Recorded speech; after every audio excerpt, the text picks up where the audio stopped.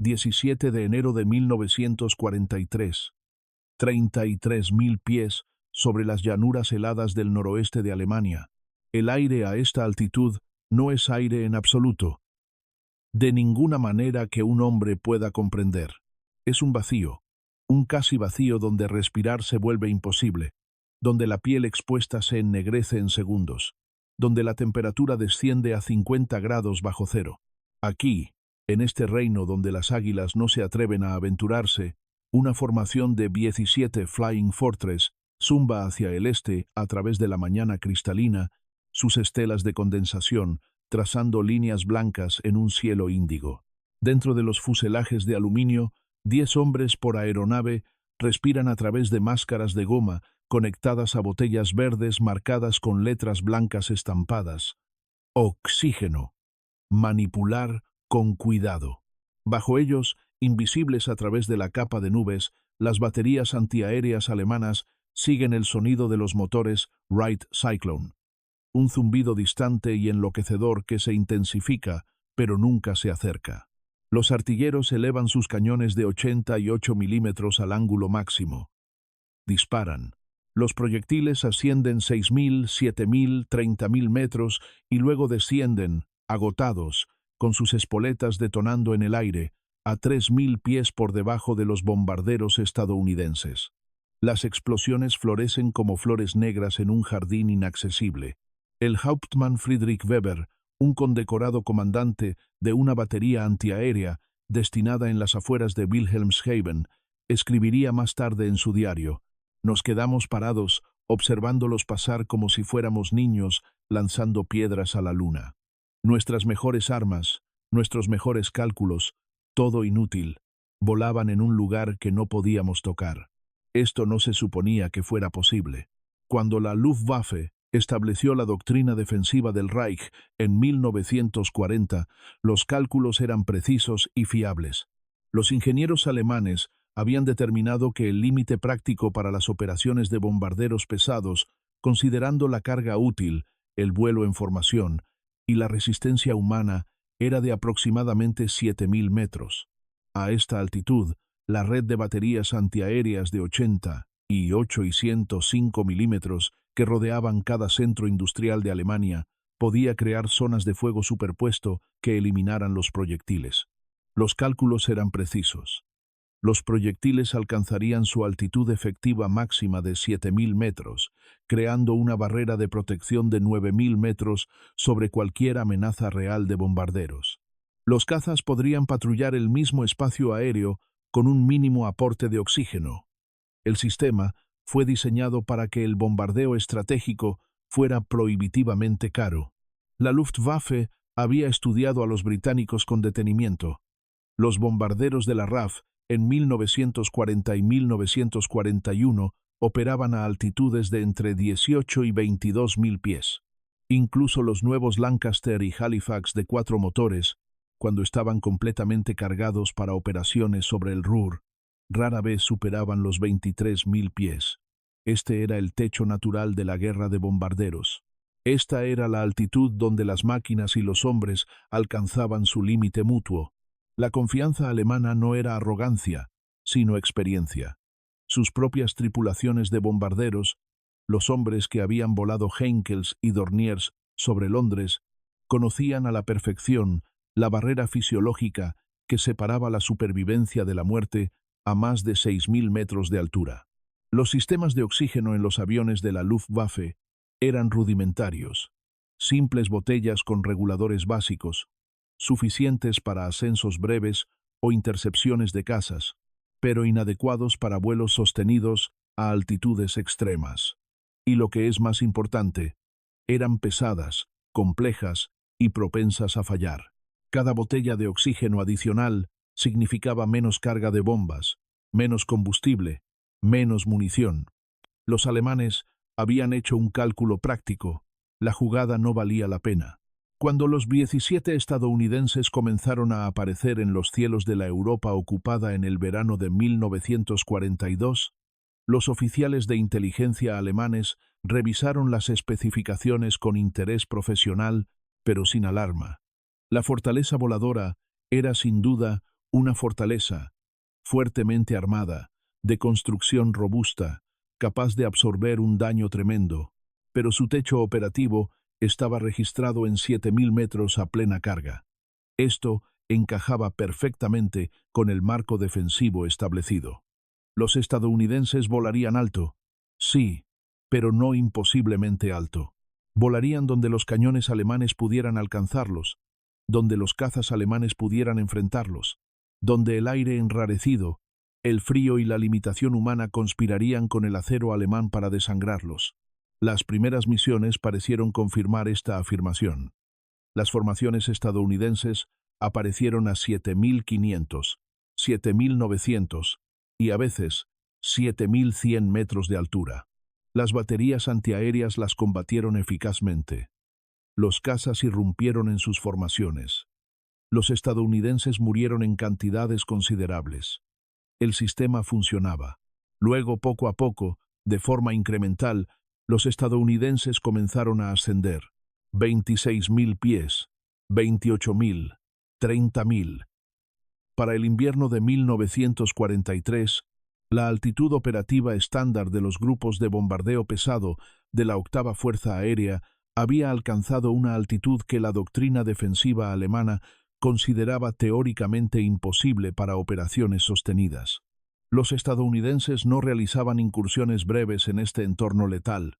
Volaban misiones completas de 4, 5 y 6 horas a altitudes donde los seres humanos no tenían por qué existir, donde cada respiración debería haber sido una agonía, donde la conciencia debería haber flaqueado y extinguido. El teniente Hans Philipp, un as con 206 victorias, que moriría en combate ese mismo año, informó tras un combate a 31.000 pies. Ascendí hasta que mi Focke-Wulf no pudo más, hasta que el motor jadeó como un hombre que se ahoga, hasta que mi visión se redujo a un túnel y mis manos se movieron como si estuvieran en el agua. Disparé a las fortalezas desde abajo y vi cómo mis proyectiles caían a pocos centímetros. Volaban sobre nosotros como si estuvieran en un cielo diferente, respirando aire que nosotros no podíamos respirar, operando en condiciones en las que no podríamos sobrevivir. Descendí sintiéndome no derrotado, sino de alguna manera engañado, como si los estadounidenses hubieran cambiado las reglas de la física sin informarnos. Lo que presenciaban los pilotos y artilleros alemanes no era una ventaja tecnológica marginal, presenciaban una reinvención fundamental de lo posible en la guerra aérea, fruto de la abundancia industrial estadounidense y de una convicción peculiarmente estadounidense de que la altitud no era una barrera, sino un santuario que debía conquistarse mediante la ingeniería y la producción en masa. El secreto no era secreto en absoluto. Era visible en todos los 17 que examinaron los alemanes, los que se estrellaron, los que fueron derribados por cazas, los que llegaron a los campos de emergencia y fueron capturados intactos.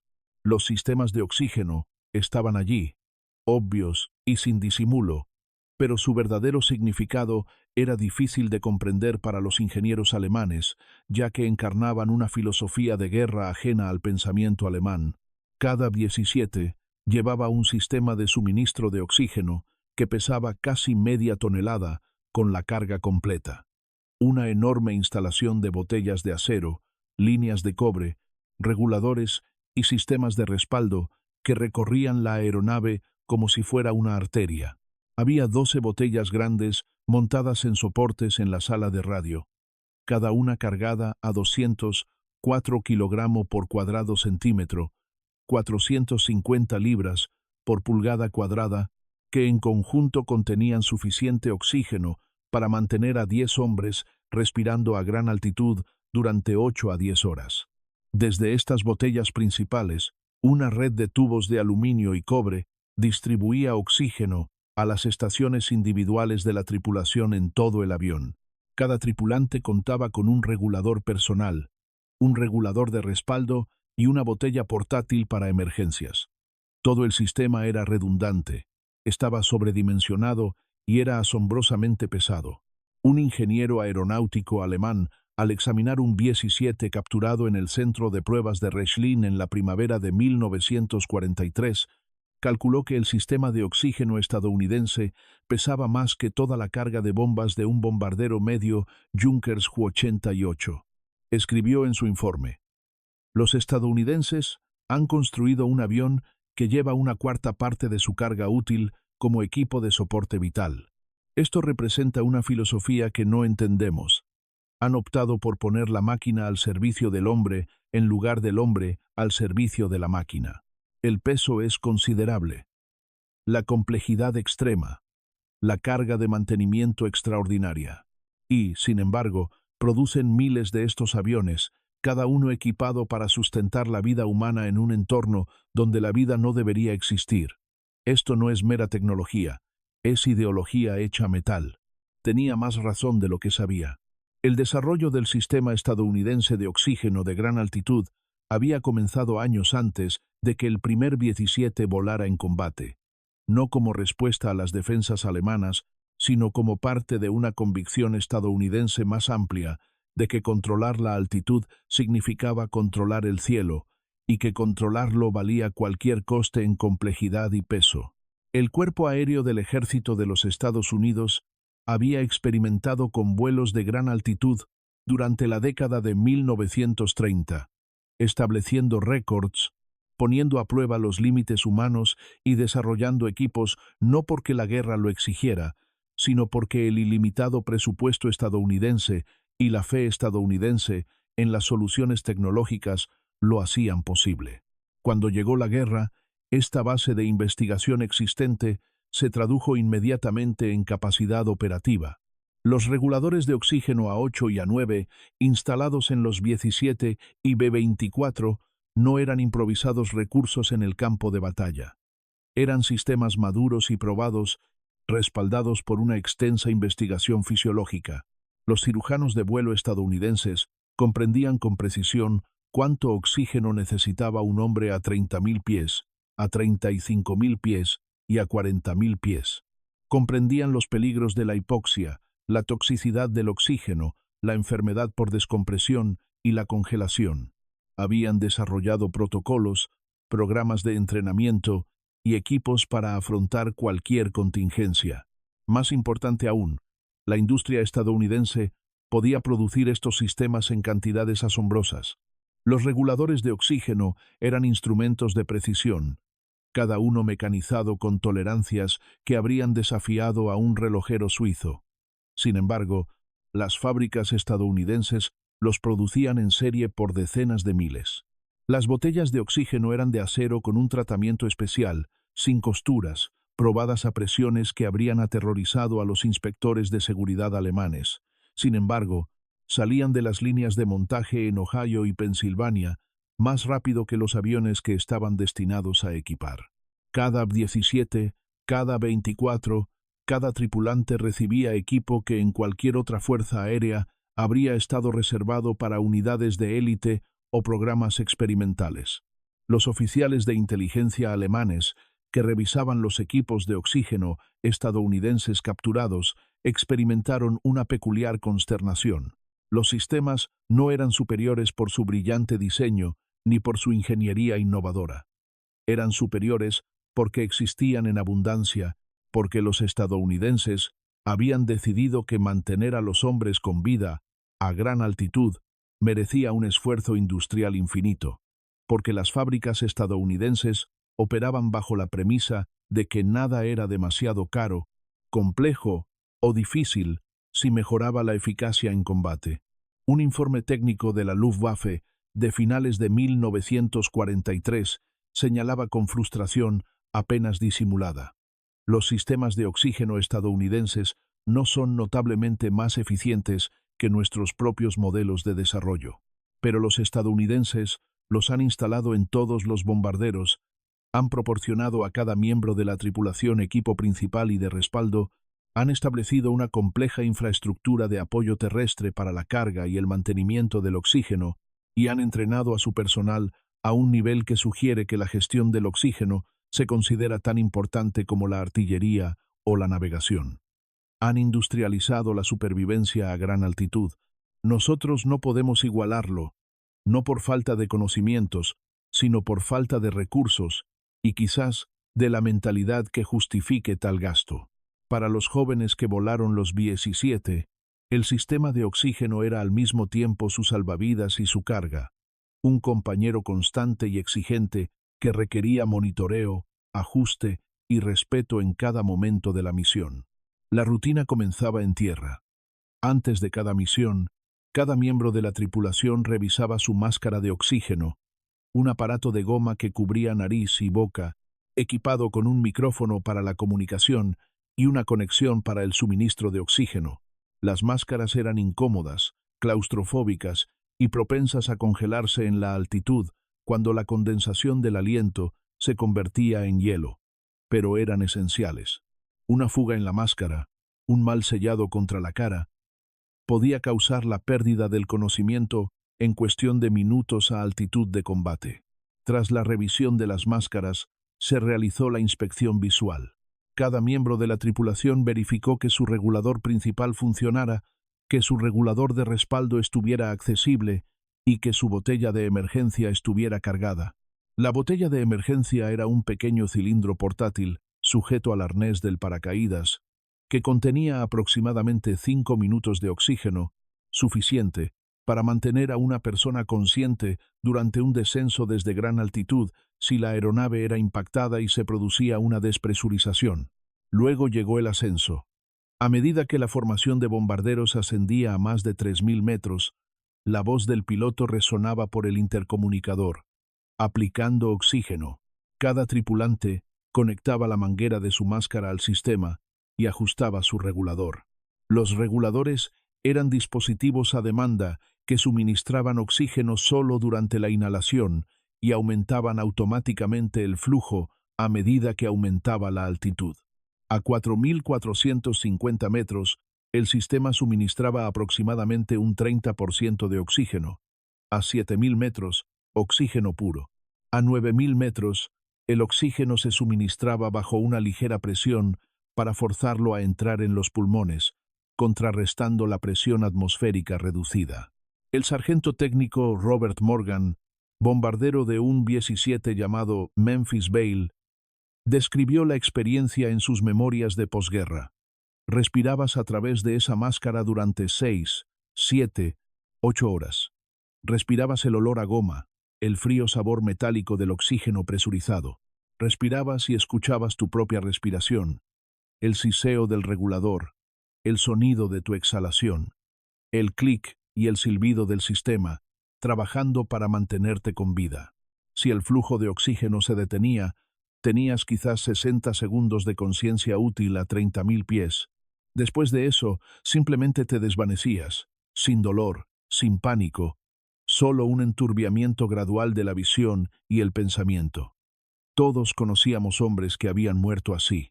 Una línea de oxígeno cortada, un regulador congelado, un momento de distracción. A gran altitud, la diferencia entre la vida y la muerte se medía en respiraciones. Los pilotos de caza alemanes, que se enfrentaban a los bombarderos estadounidenses a gran altitud, aprendieron rápidamente a apuntar a los sistemas de oxígeno. Un proyectil de cañón que atravesara el compartimento de radio donde se almacenaban las botellas principales de oxígeno podía transformar una fortaleza voladora de una aeronave viable a una trampa mortal en segundos. Si el suministro principal de oxígeno se destruía, la tripulación tenía quizás 10 minutos menos si se encontraban por encima de los 30.000 pies para descender a una altitud donde las botellas portátiles de emergencia pudieran abastecerlos hasta alcanzar aire respirable a 10.000 pies. Los informes de combate de la Luftwaffe de 1943 y 1944 mencionan con frecuencia ataques dirigidos específicamente a la sala de radio y las secciones de cintura de los B-17, donde se concentraban las líneas y las botellas de oxígeno. El Hauptmann Heinz Nock, en su diario, registró: aprendimos a apuntar al centro del fuselaje. Los estadounidenses podían sobrevivir a motores en llamas, podían volar a medio ala de distancia, podían absorber un impacto que destruiría a cualquiera de nuestros bombarderos. pero no podían sobrevivir sin oxígeno. Si les dábamos ahí, en la panza donde estaban las botellas, o bien descendían en nuestra artillería antiaérea, o bien la tripulación sucumbía gradualmente a la hipoxia y el avión acababa cayendo en espiral con hombres muertos a los mandos. Era una forma horrible de matar, pero no intentábamos ser deportivos. Intentábamos sobrevivir. Sin embargo, por cada bombardero que falló en el sistema de oxígeno, una docena más completó sus misiones, con sus tripulaciones, respirando con regularidad a través de máscaras de goma, mientras volaban a altitudes que volvían cada vez más impotentes las defensas alemanas. Las implicaciones estratégicas fueron profundas e irreversibles. A mediados de 1943, la doctrina táctica estándar para los grupos de bombarderos pesados de la octava Fuerza Aérea exigía perfiles de misión entre 7.500 y 10.700 metros, altitudes que situaban a las formaciones por encima del techo efectivo de la mayoría de los misiles antiaéreos ligeros y medios alemanes, y al límite operativo del rendimiento de los cazas alemanes. Los estadounidenses estaban creando un santuario vertical, una franja de espacio aéreo donde sus sistemas de oxígeno superiores, la sobrealimentación de los motores y el entrenamiento operativo les otorgaban una ventaja decisiva. La respuesta alemana fue la improvisación y la desesperación. Las baterías antiaéreas se rediseñaron para alcanzar mayores velocidades iniciales, sacrificando la cadencia de fuego por el alcance de altitud. Se aceleró la producción de nuevos cañones de 128 milímetros, armas enormes, capaces de lanzar proyectiles de 8 kilogramos a 10.960 metros, pero tan pesadas y complejas que solo se desplegaron unas pocas. Las tácticas de caza evolucionaron hacia ataques en picado desde arriba, obligando a los pilotos alemanes a ascender por encima de 12.400 metros, a menudo, más allá de los límites de su equipo de oxígeno, para obtener ventaja de altitud para un único ataque cortante antes de descender a aire respirable. Nada de esto fue suficiente. Los estadounidenses siguieron ascendiendo. Para 1944, los informes de misión registraban regularmente altitudes operativas superiores a los 10.300 metros.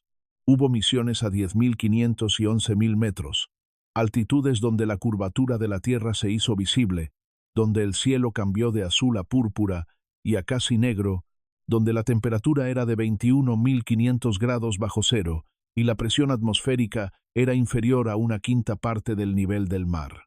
El teniente Gustav Rodel, piloto de caza que sobrevivió a la guerra, describió su intento de interceptar una formación a 36.000 pies en el invierno de 1944.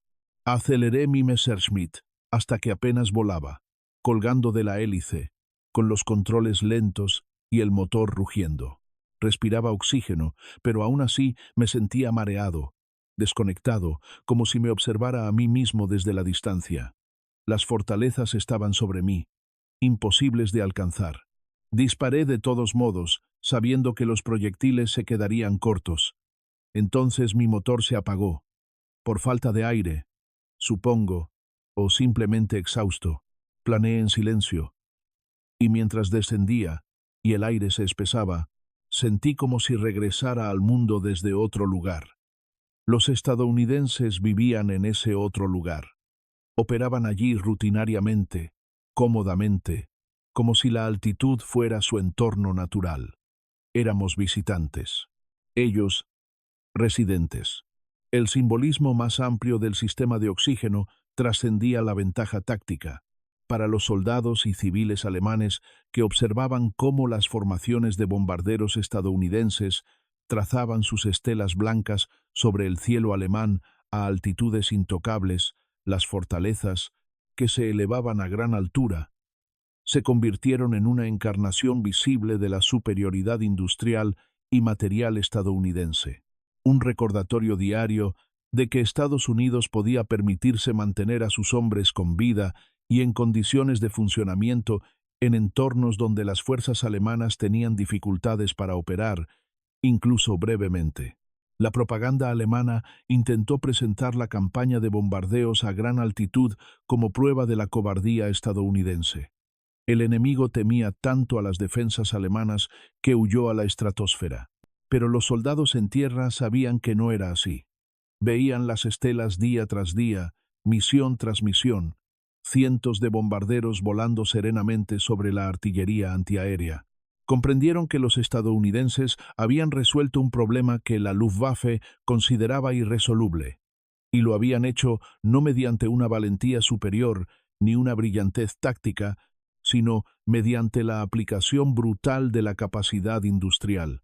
Al decidir que valía la pena producir, instalar y mantener sistemas de oxígeno de media tonelada por avión en miles de bombarderos. En los campos de prisioneros de guerra, el personal capturado de la Luftwaffe interrogaba extensamente a las tripulaciones de los bombarderos estadounidenses sobre sus sistemas de oxígeno. Las conversaciones revelaban no solo curiosidad técnica, sino un desconcierto más profundo. ¿Cómo podían los estadounidenses permitirse tal complejidad? ¿Acaso no entendían que cada libra de equipo de oxígeno era una libra que podría haber sido bombas, combustible o munición? ¿Acaso no se daban cuenta de que la simplicidad era una virtud en el equipo militar, que los soldados debían adaptarse a sus máquinas en lugar de exigir máquinas que se adaptaran a la fragilidad humana? El teniente coronel James Stewart, actor de Hollywood que participó en misiones de combate como piloto de un 24, recordó una conversación con un piloto alemán capturado en 1944. No entendía por qué teníamos sistemas de oxígeno tan pesados, tan costosos y tan exigentes en cuanto a mantenimiento. Repetía una y otra vez: es ineficiente, es un desperdicio. Intenté explicarle que no creíamos que fuera un desperdicio mantener con vida a nuestras tripulaciones, que creíamos que los hombres eran más valiosos que el peso que ahorrábamos. Me miró como si le hablara en otro idioma. Quizás lo era. Los alemanes habían construido su fuerza aérea en torno a la idea de que los hombres debían ser prescindibles y las máquinas simples. Nosotros construimos la nuestra en torno al principio opuesto. En cierto modo, el sistema de oxígeno era simplemente la manifestación física de esa diferencia filosófica. La diferencia filosófica se manifestaba en estadísticas tan contundentes como crudas. A finales de 1943, el piloto promedio de la Luftwaffe recibía menos de la mitad de horas de entrenamiento de vuelo que su homólogo estadounidense. Se esperaba que los pilotos de caza alemanes operaran a altitudes extremas con un mínimo de oxígeno, que llevaran sus aviones más allá de los límites de seguridad y que aceptaran niveles de estrés fisiológico que los cirujanos de vuelo estadounidenses habrían considerado negligencia criminal. Cuando los pilotos alemanes morían por hipoxia, por frío o por los efectos acumulativos de la exposición repetida a altitudes extremas, se consideraba lamentable, pero aceptable.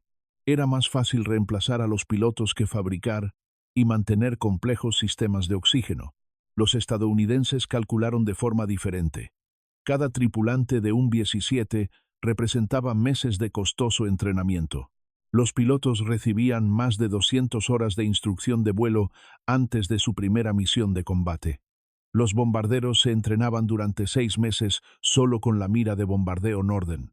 Los artilleros disparaban miles de proyectiles durante el entrenamiento. La inversión en capital humano era asombrosa, y protegerla con sofisticados sistemas de oxígeno, trajes de vuelo con calefacción y un completo apoyo médico era perfectamente sensato desde el punto de vista económico y militar. Las tripulaciones fallecidas no podían volar misiones posteriores. Las tripulaciones protegidas por sistemas de oxígeno fiables podían, y de hecho lo hicieron, completar un servicio tras otro. Para la primavera de 1944, la guerra del oxígeno prácticamente había terminado. La octava y la 15ª Fuerza Aérea juntas podían desplegar más de 1000 bombarderos pesados en el espacio aéreo alemán en un solo día, todos ellos volando a altitudes donde las defensas alemanas eran, en el mejor de los casos, marginales.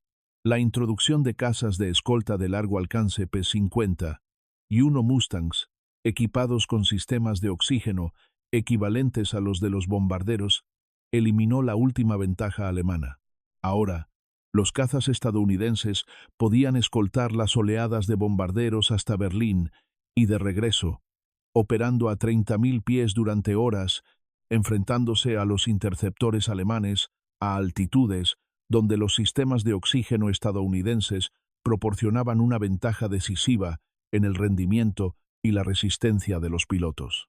La producción industrial alemana, ya al límite de su capacidad, no podía desarrollar simultáneamente nuevos cazas de gran altitud, producirlos en cantidades significativas, equiparlos con sistemas de oxígeno competitivos y entrenar a los pilotos para su uso eficaz.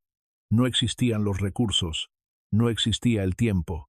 Los estadounidenses se habían apoderado de la posición elevada literal y metafóricamente, y poseían la base industrial para defenderla indefinidamente. Se dice que el Reichsmarschall Hermann Göring, comandante de la Luftwaffe, estalló de ira durante una reunión de Estado Mayor en el verano de 1944, cuando le presentaron otro informe que detallaba las operaciones de los bombarderos estadounidenses por encima de los techos antiaéreos alemanes.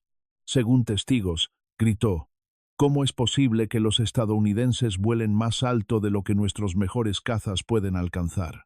¿Cómo es posible que sus tripulaciones respiren mientras las nuestras se asfixian? ¿Cómo es posible que equipen cada avión con sistemas que nosotros no podemos producir ni siquiera para programas experimentales? Les diré cómo. Porque tienen más de todo. Más acero, más cobre, más fábricas, más tiempo, más hombres, más de todo lo que importa. Luchamos contra una nación que puede permitirse desperdiciar 1/4 de tonelada de la capacidad de un avión solo para mantener cómoda a la tripulación.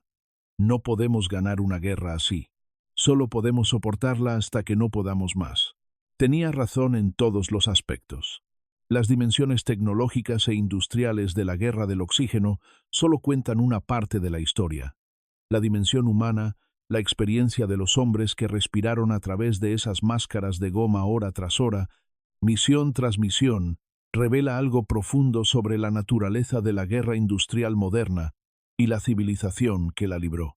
Para las tripulaciones de los bombarderos estadounidenses, el sistema de oxígeno era el vínculo físico entre sus cuerpos y la vasta red industrial que había creado sus aeronaves, las había entrenado y las había enviado al combate. Cada respiración que tomaban a 30.000 pies de altura era producto de las acerías de Pensilvania, las plantas químicas de Ohio, las fábricas de Michigan, las bases de entrenamiento de California y el trabajo colectivo de millones de estadounidenses que nunca entrarían en combate, pero cuyo trabajo hizo posible la supervivencia en combate.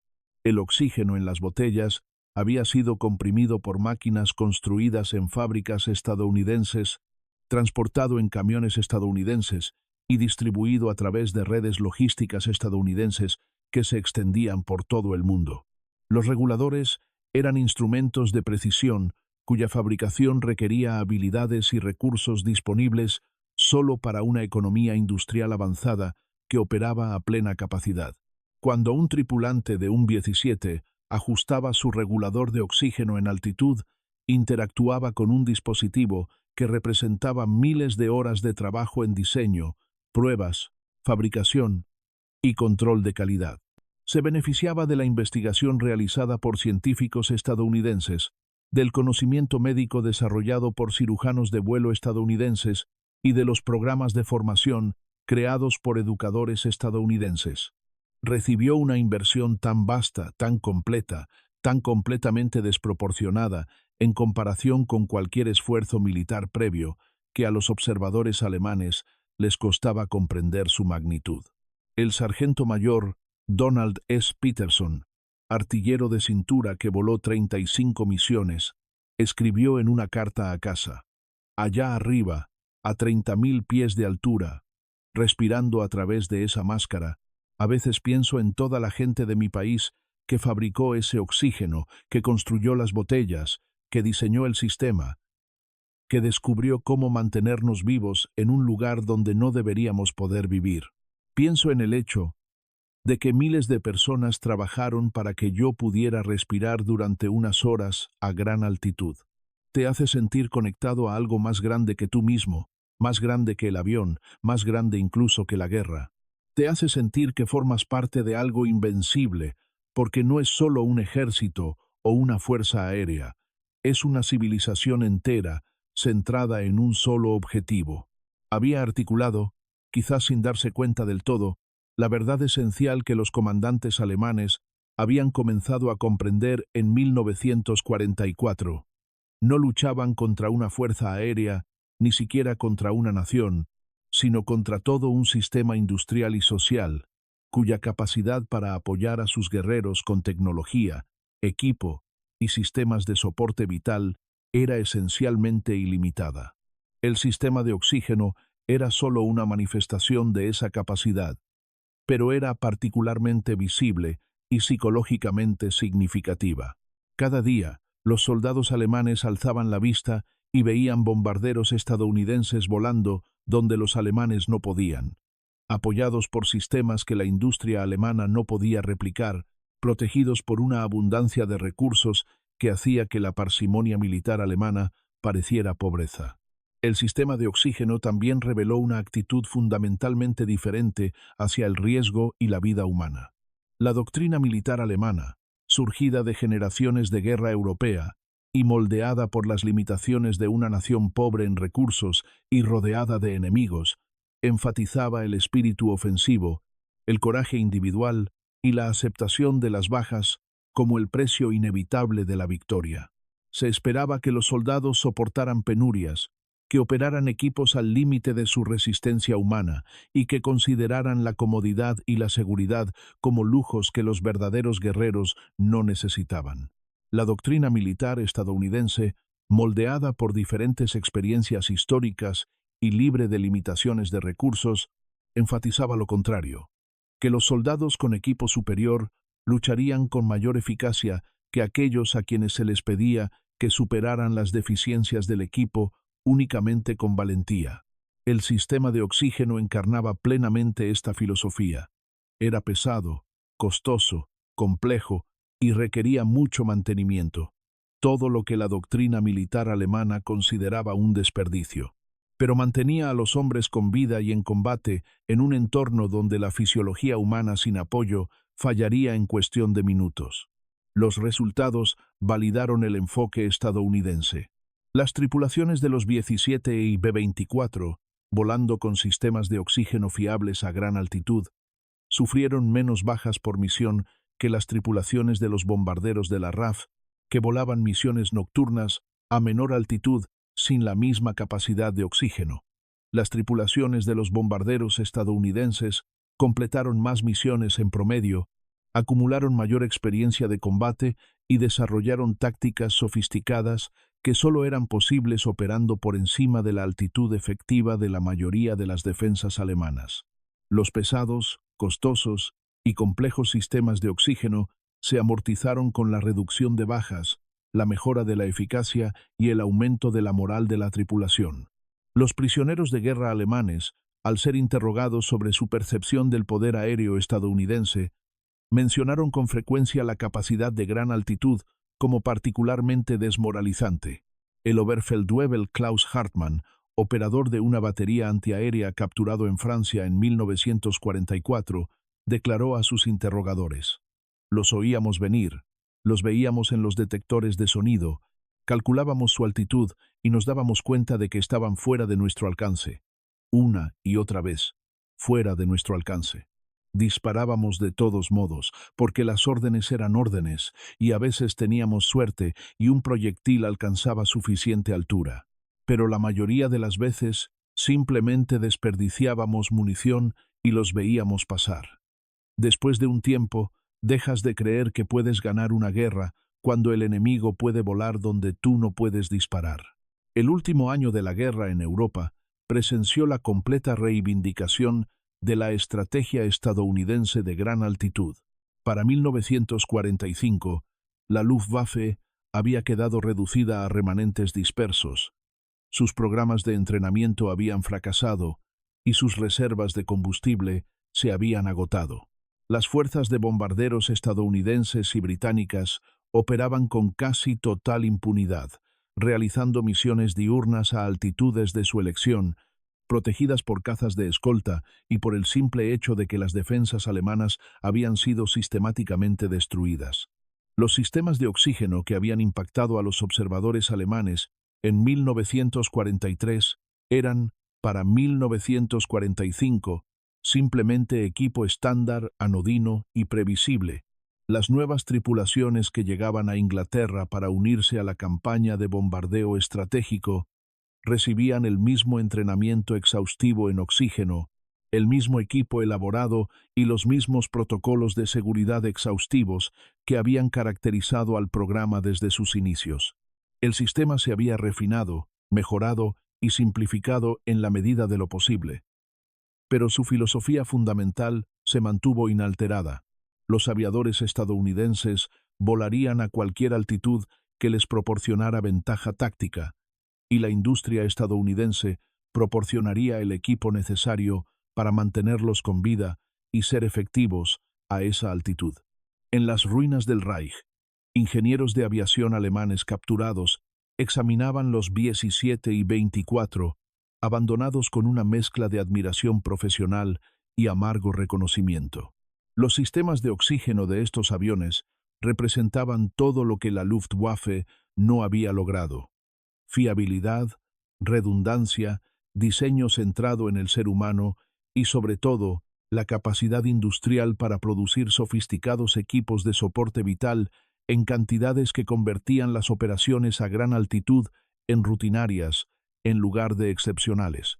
Un informe preparado por ingenieros alemanes para oficiales de inteligencia estadounidenses en junio de 1945 concluía: los sistemas estadounidenses de oxígeno de gran altitud no representan un único avance tecnológico, sino la aplicación sistemática de la capacidad industrial a un problema militar. Los componentes individuales no superan la capacidad técnica alemana. Poseíamos los conocimientos necesarios para construir sistemas similares. Lo que nos faltaba era la capacidad industrial para producir tales sistemas en grandes cantidades.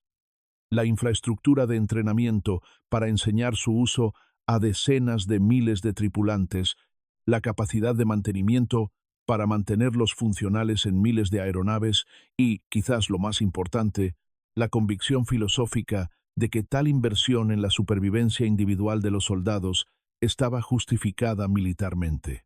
Los estadounidenses poseían todos estos elementos. El resultado fue una ventaja operativa decisiva que las fuerzas alemanas podían observar, pero nunca contrarrestar. Aprendimos, demasiado tarde, que la guerra industrial moderna no la gana el bando con los soldados más valientes o las tácticas más brillantes, sino el bando que puede proporcionar a sus soldados las herramientas para luchar con la máxima eficacia y minimizar el riesgo. El sistema de oxígeno era una de esas herramientas. No teníamos nada comparable. Epílogo. Las botellas verdes.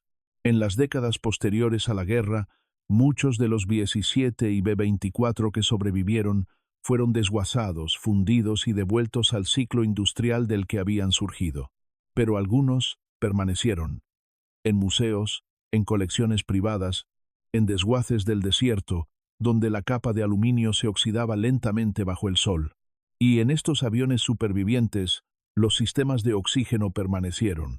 Las botellas verdes con sus advertencias blancas estampadas, las líneas de cobre que recorrían el fuselaje como arterias fosilizadas, los reguladores con sus válvulas mecanizadas con precisión.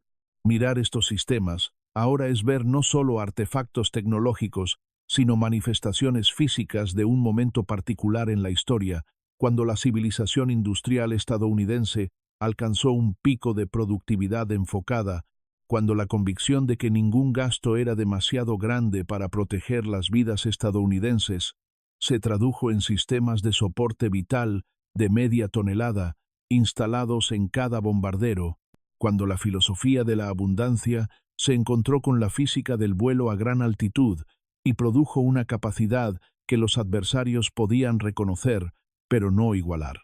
Los soldados alemanes que vieron a los bombarderos estadounidenses trazar sus estelas de condensación sobre los cielos europeos en 1943 y 1944 presenciaron algo más que un fallo táctico de sus defensas aéreas.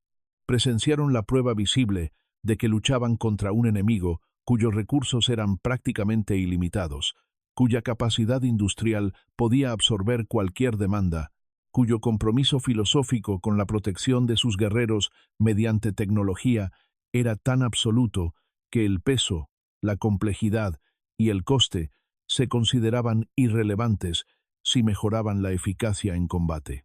Los sistemas de oxígeno permitieron a los bombarderos estadounidenses sobrevolar el fuego antiaéreo, el techo efectivo de los cazas alemanes y la altitud donde los seres humanos podían sobrevivir de forma natural. Pero más que eso, demostraron que la civilización estadounidense había logrado algo sin precedentes: la capacidad de extender la presencia humana a entornos hostiles mediante la tecnología, de convertir lo inhabitable en rutina, de transformar las limitaciones físicas en problemas de ingeniería que se resolverían mediante el esfuerzo industrial. No se trataba simplemente de ganar una guerra. Se trataba de demostrar un modelo de guerra donde los soldados recibían apoyo en lugar de ser sacrificados, donde la vida humana era protegida por la maquinaria en lugar de sacrificada para superar sus limitaciones, donde los recursos de toda una nación continental se movilizaban para garantizar que los jóvenes a 9.000 metros de altura pudieran respirar. Las botellas de oxígeno verdes, con sus advertencias y números de serie estampados, eran más que equipo de batalla.